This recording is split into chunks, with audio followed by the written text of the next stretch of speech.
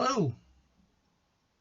EasyJet knew that 9 million passengers had had their card accounts compromised in late January. Did you know that?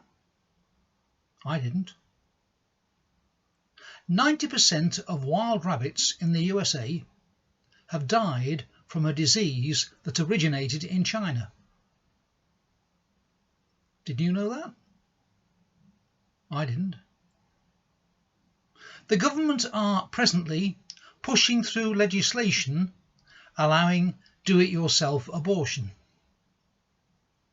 Did you know that? I didn't. How did I know that? Elizabeth brings home a copy of the Times with her, with the weekly shopping. If I hadn't read the smaller articles in the inner pages of the Times, I wouldn't have known that either.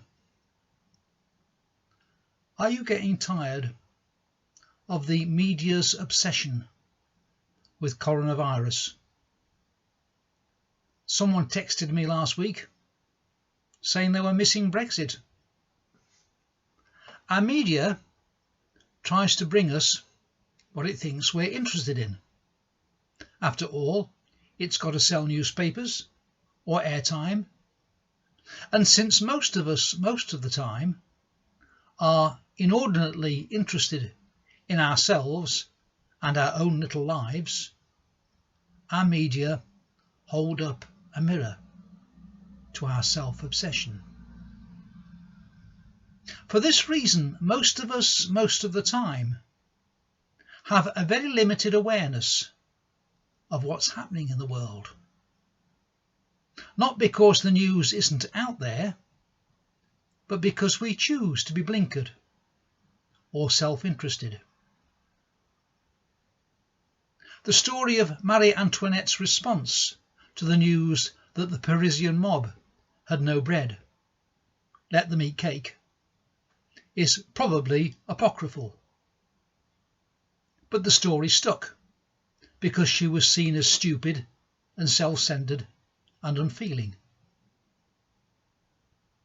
The Jewish historian Josephus, in his Antiquities of the Jews, says this: "About this time there lived Jesus, a wise man, if anyone ought to call him a man. For he was one who performed surprising deeds, and was a teacher of such people as accept the truth gladly." After about 4 sentences, Josephus concludes like this: "And the tribe of the Christians, so called after him, has still to this day not disappeared." Evidently, Josephus sees the tribe of the Christians as an entertaining but not very important footnote in history. What's important to him was an IS-style military resistance to the Romans. Josephus himself fought against the Romans in Galilee, and as far as he was concerned, the Roman Empire would be overcome by military force, the promised Messiah being a military man. This, in Jewish eyes at the time, was the story, and it's what his Antiquities concentrates upon.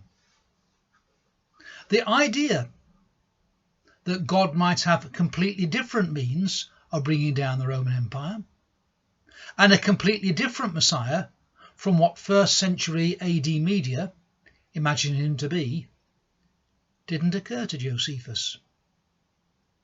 But then, what God is doing in history and what the media concentrate on can be very different things. Bye-bye.